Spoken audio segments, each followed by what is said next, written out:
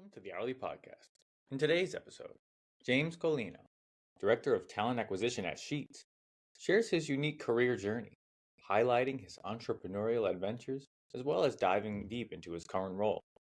He discusses the importance of language inclusion in the workforce, the impact of family-owned business culture on employee engagement, and the metrics that drive success within talent acquisition. Colino emphasizes the need for feedback and the significance of hiring practices that align with company values, while also reflecting on his early work experiences that shaped his career. Enjoy. This episode is brought to you by JoJo, an AI virtual recruiter powered by Sprockets. Designed for the hourly workforce, JoJo works 24/7 to source, screen, and schedule interviews with the best applicants for your business. JoJo helps reduce employee turnover and time spent hiring so you and your team can focus on other important tasks. To learn more, head to sprockets.ai/JoJo. Well, no, James, thanks so much for being on the podcast. Yeah, well, thanks for the invite. Love to talk shop. Yeah, so let's get started. For those that don't know who you are, a little bit of background on James and the company for us. Sure. My background, I think, is a little bit odd, for a recruiting leader. Been in TA for, probably 20 years now. And I've kind of split my time between in-house leadership roles and entrepreneurial ventures. So I've led recruiting at companies like Pfizer. I spent 8 years at the Hershey Company. I've been at a company called Sheetz that we can talk about in a little bit for about 5 years now as the head of TA. And in between those opportunities, I've started, grew, and sold a couple TA technology companies. One was a job board called SpanishJobs.com back in the early 2000s. And then more recently, I sold a company called HireBar to InterviewStream in 2015. And that was a interview technology SaaS company. So I've been kind of splitting my time in between those two worlds. A couple of years ago, I wrote a book called RecOps. And again, I'm just thankful for the invite because happy to talk about wherever you want to go. Yeah, so let's start with the entrepreneurial journey first, right? So it's rare, at least on this podcast, to have somebody that's sold to SaaS companies, right? And I think it's really cool and inspiring that you've done that. And I'm sure a lot of the lessons, particularly in the platforms that you built, serve you well today at Sheetz. But let's talk a little bit about SpanishJobs.com first, because I have a feeling this is going to be interesting. Like, what's the origin story behind that? And, what encouraged you to grow that business versus clearly you had a lot of options of what you could do and chose that as at one point in your career? Yeah, it was, I think there's these inflection points in technology, right, that happen. We're in one right now, AI. And in the late 90s, job boards were just sort of getting started, right? Monster.com, if you remember that, Career Builder. LinkedIn wasn't even a thing. Facebook didn't exist. And so it was really a moment in time where these big job boards were cropping up, but there weren't any of these like niche sites that delivered, specific audiences. And so my background is, Latino. My dad's from Argentina. My mom's first gen Mexican American. And so I noticed as I was on the market looking for different jobs, there wasn't a site out there for people who spoke both Spanish and English. So it was primarily bilingual and 100% in the US. And so I had a friend that was a developer. We just kicked it around. He built it. I sold it and grew it for, a year and a half, maybe 18 months. And didn't really know what I was doing. Back then there weren't these like lean startup movements and all these accelerators and boot camps. No clue how to scale a business. And the first company that approached me and said, "Hey, we like what you're doing. We're in the same space. Here's a check." I took it. And then that was kind of my foray into the TA space, because I went from there to Pfizer and just said, "Hey, I've been doing this job board thing for a while. I think I can help you guys recruit. What do you think?" So that's how I got started, actually, in Yeah. TA. And were most of the jobs in focus for that company on the hourly space or more on on the salaried side of things? So, I was just talking to somebody about this. I actually had like my mom scraping jobs Right. off of like nationwide.com and, Yeah. restaurant, websites. It was like the Indeed before, Indeed Wow. existed. So yeah, they tended to skew a little bit more, on the hourly side, because, for better or for worse, that's where the bilingual population in the U.S. tends to get their start. Yep. So yeah, so I had some exposure to that pretty early on. Yeah, and it's so timely right now too, as as Spanish speaking population just remains such a staple in the hourly community, right? It's something that I hear myself talking about more and more, and I'm hearing more and more is especially with the rise of AI, it no longer has to be an English only hiring process and employment Yeah, engagement cycle. Where for so long, if you're Spanish speaking and you're in Amarillo, Texas, and your manager speaks English, like you have to read the job description in English, you have to do the interview in English, you have to get onboarded in English, you're taken care of in English.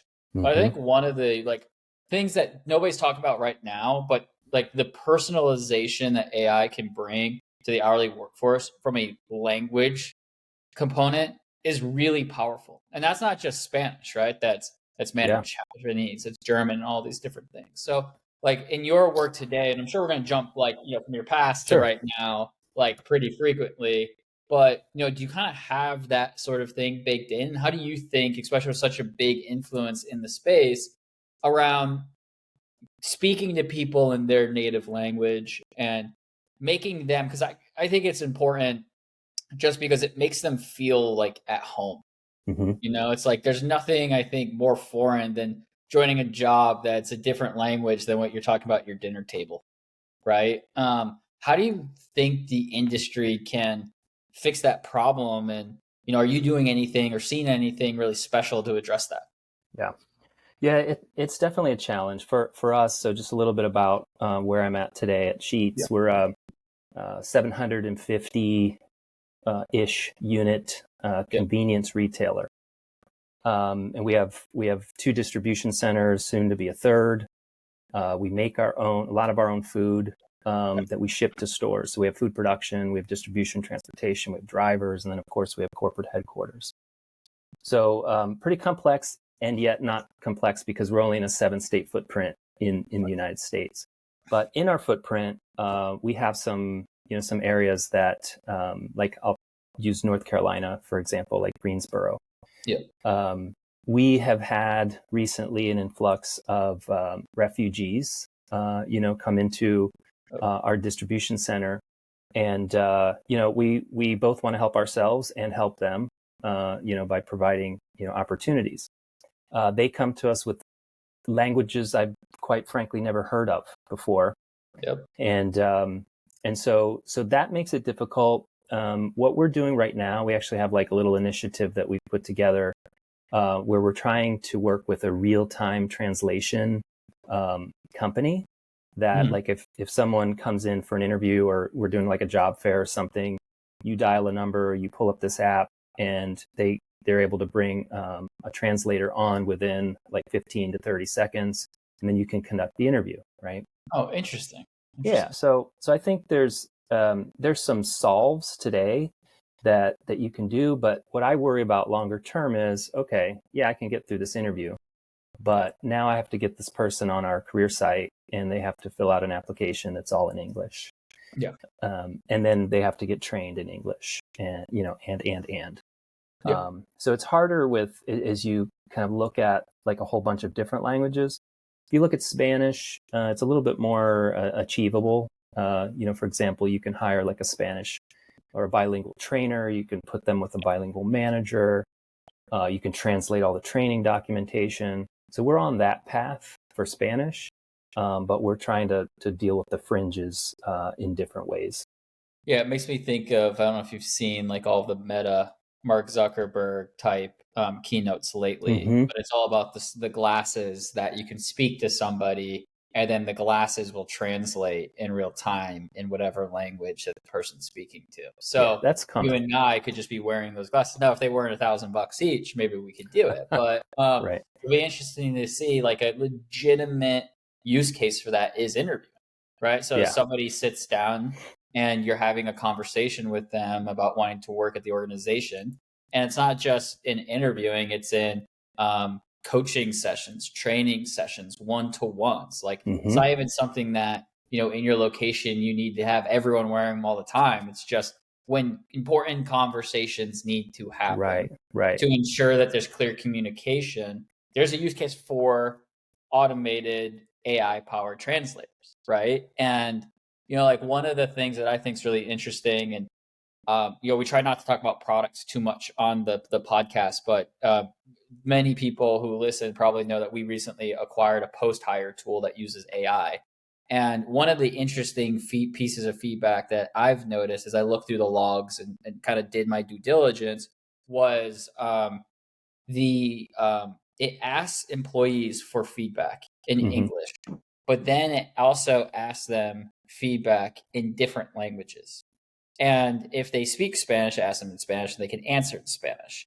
And there's something crazy, and I'll have to get the exact number, but it's like 7 to 8 times more likely that somebody gives you feedback if it's asked in their first language, and it can be accepted as their first language, right? So like people, I think, interestingly, like don't want to share feedback if they have to translate it, or if they don't know how to communicate it properly, right? And what's interesting is that was kind of like a side benefit to acquiring this company, is that capability. But I think kind of especially what happens in the election, having more immigrants among the US community is a real possibility. And I think something that a lot of companies need to start thinking about more and more, because when people feel more comfortable, they stay longer. And two, everyone's been complaining about there's no labor in the labor market. It's like there could be a big influx. And by offering exclusively English, you're kind of isolating like a really good part of the workforce that can really help you win as an organization. And I'm sure you saw that a lot. I mean, you built a whole company around it, right? SpanishJobs.com. Yeah.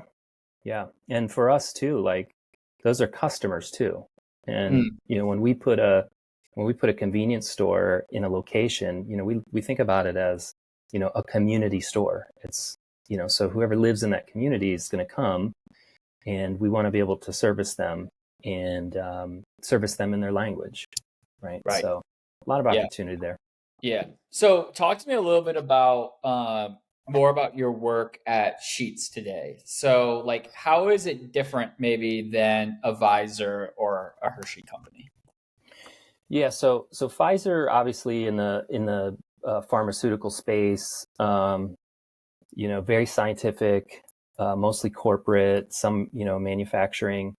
So that's been the one thread I think through my career is there's always been like that hourly component that's driven the business. So, but Pfizer, it was like vaccine manufacturing and tablet manufacturing. At the Hershey company, obviously that's a food company. And so there's been food manufacturing. So I've always had that responsibility to do like all of that: distribution, food production, and then, corporate headquarters. So I would say that the main difference between those two large companies and the company that I'm at today, Sheetz is a 26,000 employee company, is really like just the approach from or the difference between being with a family owned and operated company, which Sheetz is. We don't have any franchises. It's all family owned and operated. I work every day with people with Sheetz in their last name in the business. So they're really focused on legacy and caring for their people and making decisions that are going to have a long-term, net positive impact on the world, on their people, on their communities. Can't say the same, working for, a Fortune 5 company who's really driven by a quarter-to-quarter perspective of, what do our shareholders think? So I left both Pfizer and the Hershey company in a downsizing, just to give you kind of an example there. And it's just something that it's cyclical. That's what they do. And, I have no ill will, towards either company. I understand that that's how that operates. So, And those are the main differences. How does that family value translate to the hourly workforce? Like, did you see kind of when you started, and not to throw anybody under the bus, so maybe just highlight kind of what's good about Sheetz, but what was those stark differences in just values? And when you got there, do they treat hourly workers differently? Do they talk to them differently? Culturally, did you notice any nuances? What's your thoughts around that? Yeah, I would say there's probably two things just came to mind as you asked that question. Number one is I've never seen a company ask for feedback more than Sheetz at the hourly level. So pulse surveys, formal surveys, like we talk more about survey fatigue at Sheetz than we do about I wonder what our people are thinking. Like we know exactly what they're thinking as they're thinking it. So that's a huge thing. And then I think the second thing was the concept of we call them store rides, which is, not only executives, but people in the business who are building products, building training, recruiting for, sitting in marketing, advertising, sales, whatever. Everyone is out in the stores talking to the store level employee, asking them questions that pertain to their area of expertise, and then taking that back to the lab and building solutions that are really geared towards how to make that person's life better. And that's how we really think about it. We don't think about how can we generate more revenue? I mean, obviously that's something we have to do, but we think a lot about how do we make this the best possible job, make it the easiest for this person to execute in what they have to do on the day to day. Yeah. And what's interesting about having so many surveys and so much data and so much input, right? You probably have a really good idea of what type of people will thrive in your current culture, right? Mm-hmm. So sometimes we're talking with operators and I ask them, I say, hey, well, what are you looking for in an hourly worker? Or what are you looking for in a team member? They kind of give the run of the mills, our core values are integrity and trust and all these things. So people need to embody that. And Yeah. I find myself asking, well, okay, that sounds good. Then I can get behind that. But how did you reach those things?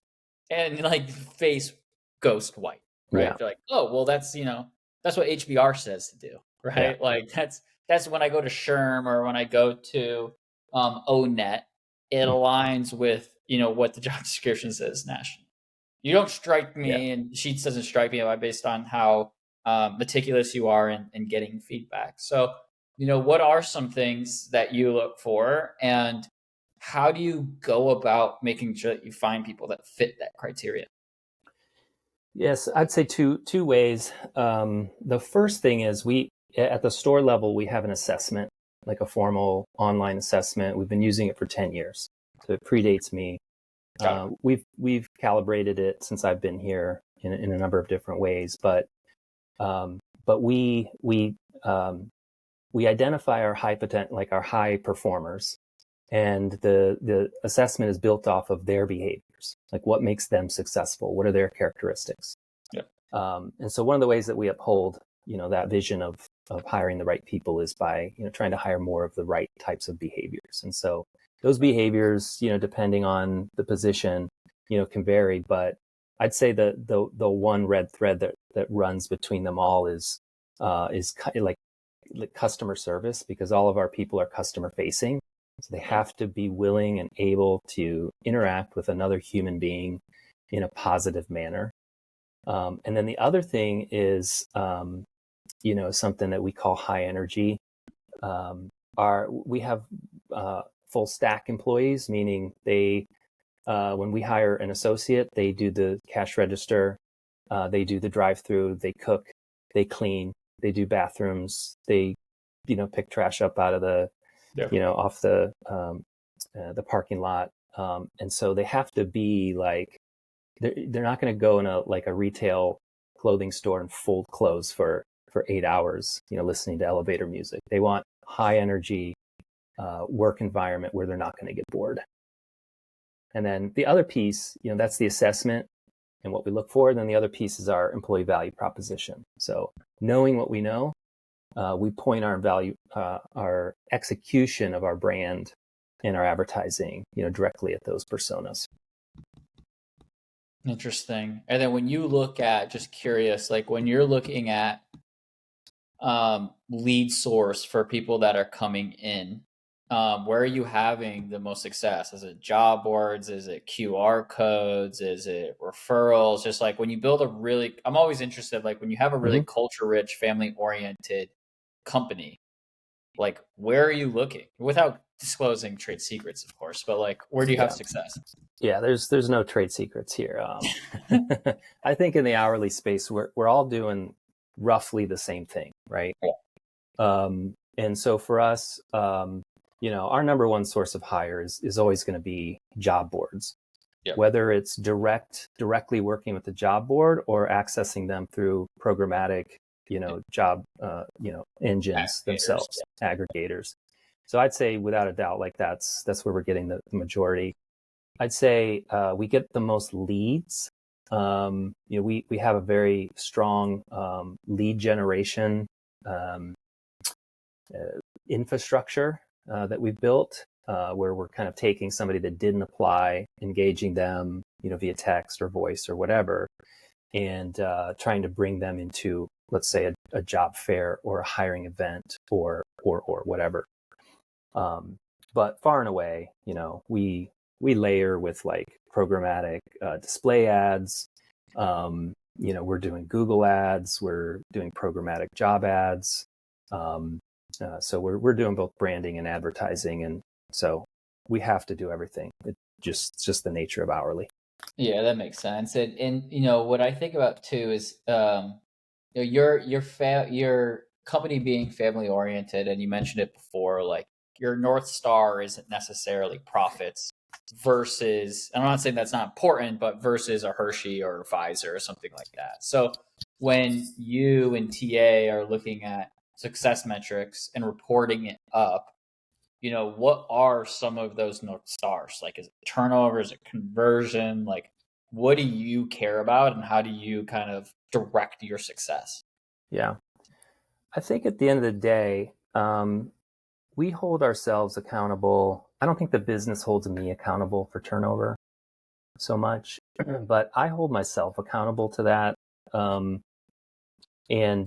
So we keep a very close eye on that. I think if you look at our numbers relative to the retail or restaurant space, we're dramatically lower, than the 120, 150, 170. Yeah. We're dramatically lower than that.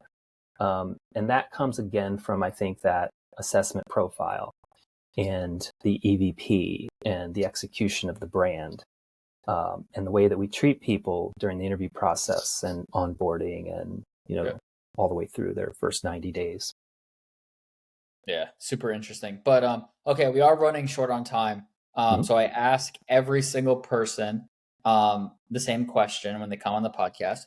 What was your first hourly job? And were you fired from that job, or did you leave gracefully?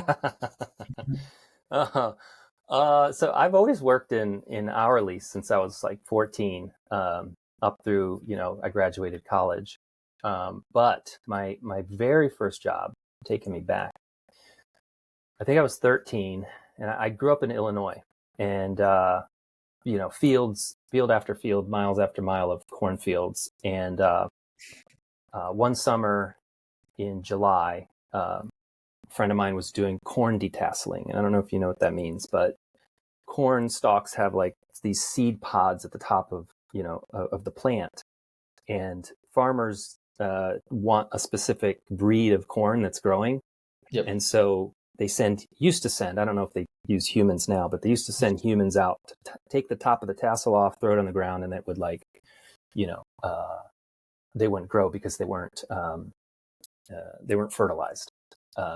So I did that for maybe 2 weeks, and gracefully bowed out of that because if you've ever walked through a cornfield, like the leaves are like really sharp, and so they cut you. And so the first day I went, I got all sliced up, and then they were like, "Idiot, you have to wear a handkerchief and like long sleeve shirts and jeans and a hat."